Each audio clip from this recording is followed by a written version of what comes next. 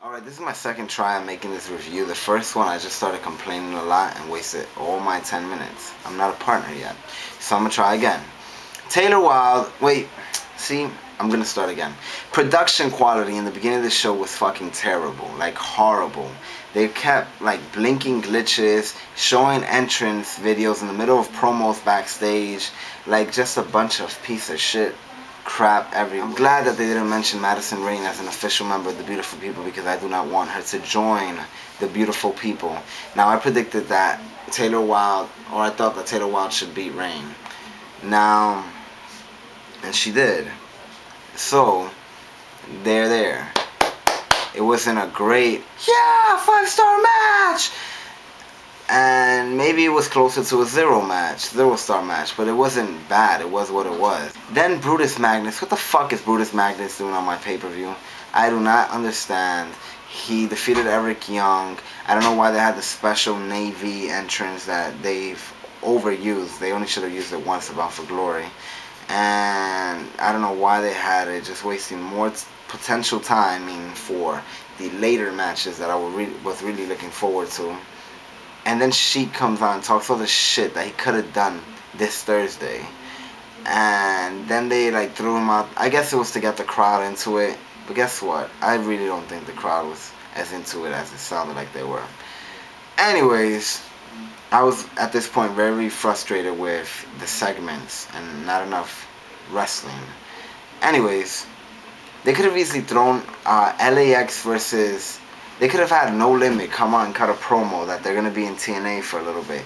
And they throw out a open challenge. And then LAX comes out. LAX versus No Limit? That would have been nice. Anyways, Blueprint Matt Morgan defeated Abyss in the match of 10,000 thumbtacks. This wasn't as good as I thought it could have been. It just had a weird pace. A lot of the matches had weird paces tonight. So at the end, the big spot, that which would have been an amazing spot, had Abyss just drop back into it. I really wanted to see Matt Morgan fucking gore the shit out of Abyss into the exploding table or what of tacks. That would have been a much nicer highlight and probably spot of the night if they pulled it off. But nah, we didn't get that. So I don't know where it's going to go from here. Maybe Barbed Wire Massacre, but I don't know. Whatever. Anyways, so that didn't live up to my expectations. Oh yeah, by the way, I'm wearing a towel because people complain when I do my videos like that with no shirt on. So, you know what? Oops, look, see? Nipples came out. Maybe that's why people complain. But I don't want to put a shirt on. I'm pretty upset tonight. Anyways, so we saw the finals of the One Night with ODB. This has to be like the worst segment I've ever seen in my life, especially in recent memory. And people will probably bring up other segments, and I would not agree that that was worse or that was better or whatever, because I just hated the segment so much. It was the... Oh my god, this was longer than the Jay Lethal wedding, which I didn't even find that bad. I don't know why they were wasting so much time. I was so frustrated. Oh, TNA. So, estoy haciendo un video, ma. That's my mom, you know. Anyways, she keeps asking me why I'm talking like that and stuff like that. Anyways, so then we saw... Yeah, that whole segment was a piece of shit. After that, I think I became, like, anything. Even if they put off 5-star matches and all that stuff, I wouldn't care. And I would be, like, negative towards it just because of that long-ass segment. Please, somebody tell me how long it was. God, that SHEIK segment, how long it was. It was just so boring, in my opinion. Now, I'm sorry. Anyways, no, I'm not sorry. Anyways, Awesome Khan, I missed some of this match because I had to do something. I wish I had to do something during the ODB segment, but anyways, I don't know how this match went. It looked like they had good chemistry from the parts that I saw, and I like the spot at the end that she picked her back up from the Huracan and then slammed her stupid head on the floor. So yeah, Awesome Khan is still champion, but damn, can they find somebody good enough to face her? I mean, Roxy and ODB and all of them have lost some credibility thanks to TNA. Now, this Scott Steiner Samoa Joe match, which is the match that I was looking forward to the most, because it was going to be Samoa Joe's return with this new Nation of Violence gimmick. Now, it lasted less than a minute, I believe, and I like the finish where he disqualifies himself and makes him look crazy. But couldn't they have done it like 12 minutes into the match? Couldn't they done an angle where he just keeps beating the shit out of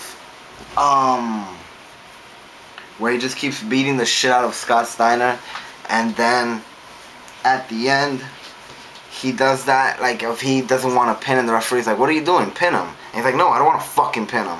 And couldn't they just do that, and then at the end have this where he disqualifies himself, and then a big ass beatdown after they go backstage and we don't see nothing else? And it was just weird. I like the direction. I understand why they're doing it. That Joe's gonna be crazy from now on.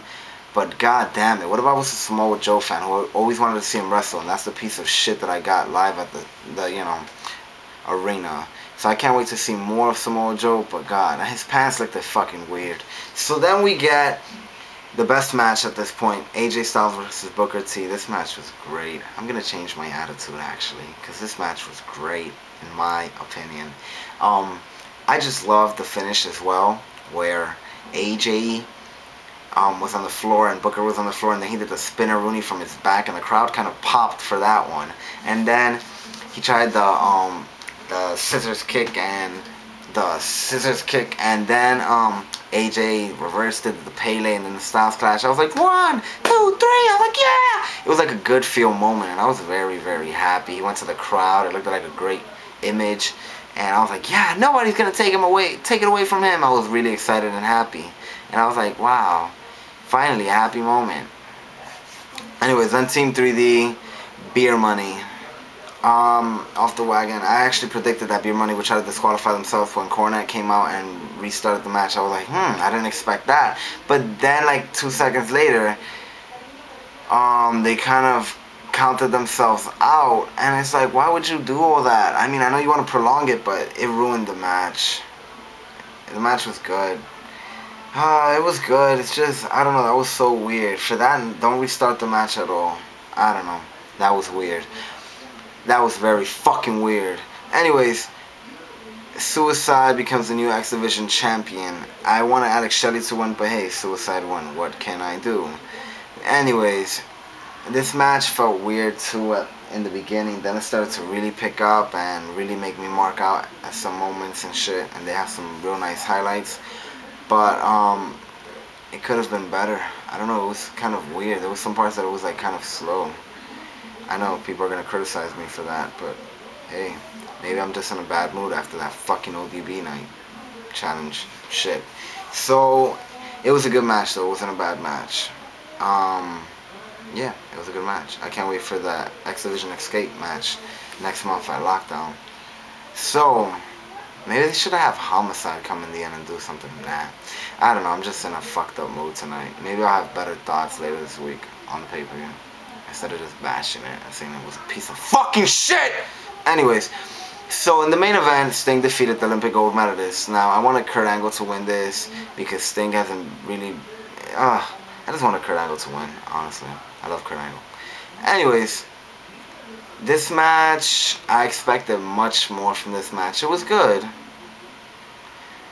But once again, the pacing got real weird. And we saw some of the same old stuff we've been seeing when Mick Foley's a special enforcer, you know, Angle goes for the chair and all that stuff. Now, I was surprised that Sting won. It was a good match though. It was a good match. It was a good main event too. Definitely a good main event. I know the crowd must have loved it. I was just fucked up from that ODB thing. Now, anyways, I don't see... Rumor is that Sting is going to face Foley at Lockdown. I don't see Sting facing Foley for the championship. Why would Foley want a title shot? So I kind of see that tomorrow's tapings, this Thursday's Impact, Sting is going to lose the belt to Kurt Angle, either this week or next week, and Kurt Angle's going to be the champion, and somehow it's going to look like it's Foley's fault, and that's going to make Sting want to face Foley and all that stuff. But I see Kurt Angle being champion in the next 2 weeks. Before Lockdown, I see Kurt Angle entering Lockdown as a champion, so expect that. So this pay-per-view, if I had to give it a 1 through 10, I don't really do the ratings, but you know what? There's only so much crap on this pay-per-view, so much shit. And then you know what's funny? I felt like they was wasting so much time the whole night with all these segments, and then at the end of the show they still had 10 minutes left.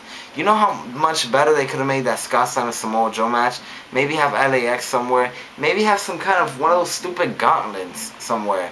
But just some of these matches, they really underperformed and all that stuff. But great news coming off the pay-per-view is that AJ Styles is a champion. That's my highlight of the night.